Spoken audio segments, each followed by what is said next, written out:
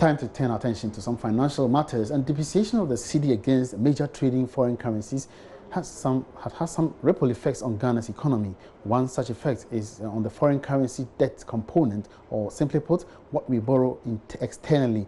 The IMF, together with the World Bank, has categorized Ghana at a high risk of debt distress. But beyond this, what else can we learn about Ghana's borrowing from the external community? What's the size of our foreign debts, and who do we borrow from the most? Joy Business researcher Philip Namfuri joins us with some more explanation. But before then, let's take a look at some highlights of the countries and their risk of debt distress, and to know which other African countries are at high risk of debt distress.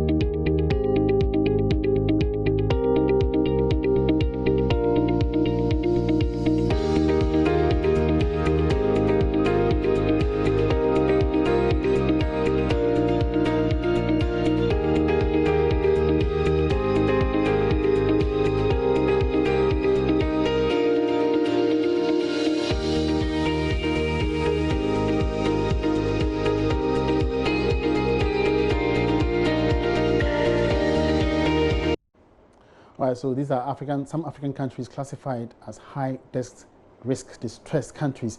Now, so as I said earlier, Philip Namfuri has joined us here. Now, Philip, why should we be exactly concerned about high debt risk country? Okay, so external debt forms part of the debt profile of countries. But if you look at Ghana, for example, if you look at our debt profile, external debt profile, you'll be shocked to know that we have about 17.9 billion worth, that's USD, US dollars, worth of debt out there. And we put together some infographics just to show our viewers and listeners what's going on. Yeah, so if you look at the first one, you see that our total external debt is 17.9 billion as of December 2018. And 50% of this is our external debt. So if you look at Ghana's whole debt profile, 50% of that is just external debt in USD terms. And all this data is from the Bank of Ghana's statistical bulletin. If you look at who we are borrowing from the most, you would realize that there are a large number of people we borrow from. So multilateral creditors, you see bilateral creditors, you see commercial creditors, and you see international capital markets. So if you look at the multilateral creditors, that's 6.5 billion US dollars as of December 2018. Multilateral creditors, essentially the World Bank, IMF, AFDB. Bilateral creditors, the countries we borrow from, we have about 1.2 billion of exposure towards them. Export credit agencies, 1.2 billion, and other concessional borrowers, 1.7. Commercial creditors, that's maybe international banks, Standard Chartered, etc., 2.3 billion.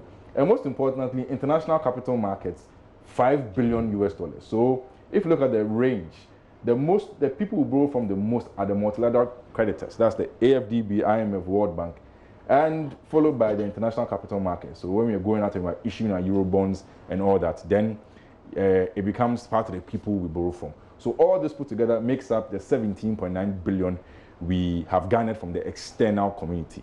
But the importance here is that as you borrow from the external community, you have to service these debts in foreign currency. Are we doing that? Yes. So what happens then? Anytime you take these funds out, you affect your local currency, obviously. And if you're not bringing enough in and you're going to service these debts, then we're going to have depreciation of the cedi.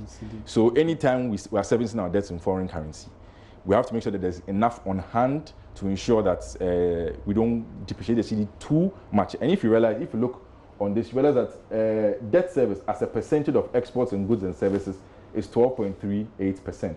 Obviously, it's gone up a bit, but some will regard this as high. All this means is that if our external creditors were asking for their loans, this is how much of our exports, this is how much of our debt this is worth. Okay.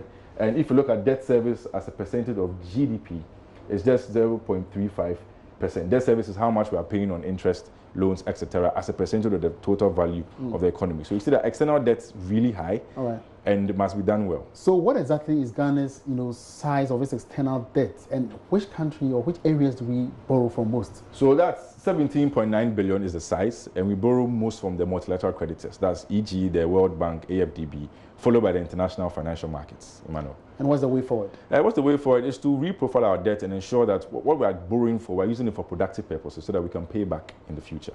When you say reprofiling, we also heard reprofiling earlier when the finance minister decided to reprofile some of our short-term debts into long-term. What does it mean? Okay, so we change the maturity profile. So extending short-term debts to long-term debts so that it gives us more room to breathe, so that we don't have to service debts on the short term very quickly as we were doing in the past. Then it gives us more room to gather our funds and pay back in the long term. All right, thank you very much. Thank you. That analysis, in-house researcher Philip Namfo will bring us up to speed with Ghana's debt profile and also a picture of how other African countries have been classified as high-debt distressed countries.